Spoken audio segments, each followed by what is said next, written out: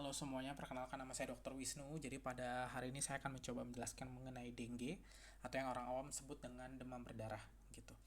Demam berdarah ini uh, penyakit yang disebabkan oleh virus.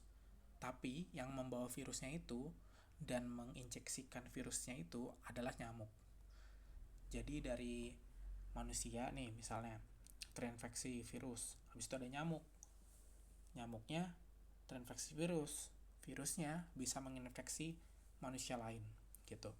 Asal katanya dari dingga, itu dari bahasa yang ada di Afrika Tengah, di Afrika Timur, artinya nyeri keram gitu. Karena yang dirasakan pada sama orang-orang Afrika itu kalau lagi terinfeksi demam berdarah adalah nyeri keram, terutama di tulang. Nah, kata lainnya itu mereka nyebutnya dengan breakbone fever, itu nyeri patah tulang gitu. Nah, terus berevolusi lagi tuh, namanya jadi Kidinga Popo.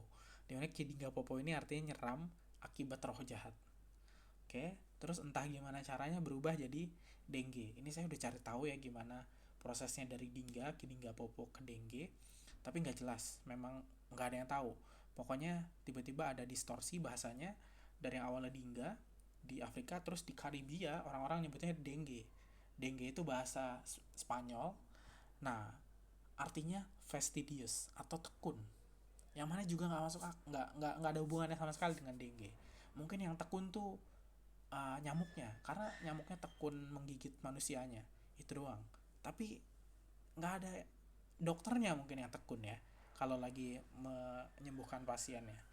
Tapi emang kalau kalau misalnya yang kemarin kan diabetes jelas ya.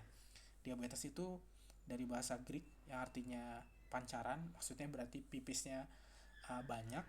Terus mellitus itu artinya sweet. Jadi pipis, orang keluhannya banyak pipis, pipisnya manis gitu. Nah, beda dengan diabetes insipidus. Nah, diabetes insipidus, diabetesnya sama, yaitu pipisnya banyak, pancaran atau siphon. Nah, insipidusnya artinya tasteless, jadi nggak ada rasanya gitu. Kayaknya nih ada juga orang yang ngerasain ya, jadi kok yang ini pipisnya banyak tapi ada rasa manis, yang ini nggak ada rasa manisnya gitu. Mungkin orang yang sama dengan yang nemuin diabetes mellitus, tapi nggak tahu ya karena belum nyampe situ materinya. Oke, kita lanjut aja. Jadi dari tadi definisi udah, langsung ke penyebabnya atau etiologinya. Yaitu etiologinya dari virus. Virusnya ada dengue virus 1, dengue virus 2, dengue virus 3, dengue virus 4. Di Indonesia paling sering itu terjangkitnya dari dengue virus 3. Nah, untuk yang ngebawa virusnya atau yang ngebawa bomnya ini, si pesawat yang ngebawa bomnya ini itu adalah Aedes aegypti.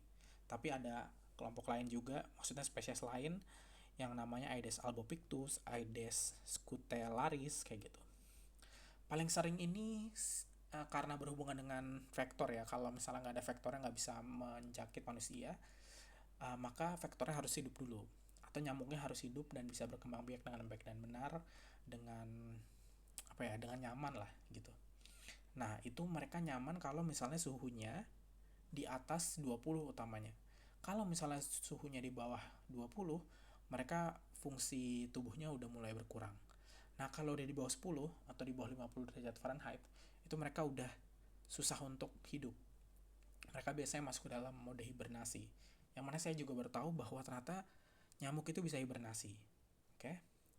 Nah, paling banyak itu di daerah-daerah subtropis, di daerah tropis ya.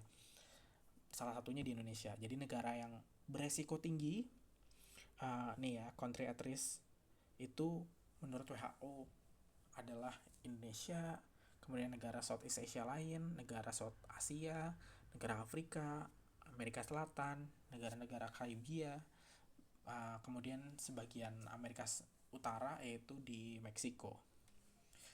Nah, secara umum kasusnya itu ada peningkatan drastis dari yang tahun 2000 itu cuma 500 ribu, tahun 2023 sampai 4,5 juta. Berarti kenaikannya 9 kali lipat. Itu menurut WHO ya. Dengan angka kematian di bawah 1%. Nah, itu udah ditekan banget tuh berarti. Karena dulu angka kematiannya lebih dari 1%. Nah, kalau Indonesia sendiri datanya diambil dari IDAI ya, tapi ini kasusnya bukan cuma kasus anak tapi kasus secara keseluruhan. Maksudnya ini dari apa namanya, uh, datanya diambil dari guideline-nya IDAI. Di tahun 2019 kasusnya itu ada 138 ribuan, yang meninggal ada 919, di mana angka kematian itu sesuai dengan yang disebutkan di uh, WHO, yaitu di bawah 1%, tepatnya di 0,67%. Nah, ini klasifikasi ya. Klasifikasi sebenarnya saya mau jelasin. Karena klasifikasi ini ada yang dari WHO 2011 yang mana ada di layar kalian, ada juga yang WHO 2009. Nah, kalau misalnya kita lihat dari keputusan Kementerian Kesehatan nomor HK0107 Menkes 4636 tahun 2021 tentang pedoman nasional pelayanan kedokteran tata laksana infeksi dengue anak dan remaja. Jadi ini anak dan remaja ya. Itu mereka pakai klasifikasi yang 2019. Dimana kalau ini kan dibaginya asimptomatik dan simptomatik. Yang simptomatik ada undifferentiated fever yang nggak bisa dibedain dengan viral syndrome lainnya. Kemudian ada yang dengue fever, berarti nggak ada plasma leakage. Kemudian dengue hemorrhagic fever, berarti ada plasma leakage. Bisa dengan shock, bisa tanpa shock. Satu lagi expanded dengue syndrome, berarti keluhan dengue-nya itu nggak khas, tapi penyebabnya karena dengue, bisa kejang kayak gitu. Berarti manifestasinya bisa di neurologi, bisa di gastro, bisa di hepar kayak gitu-gitu. Nah, kalau 2019 sebenarnya ini lebih simple.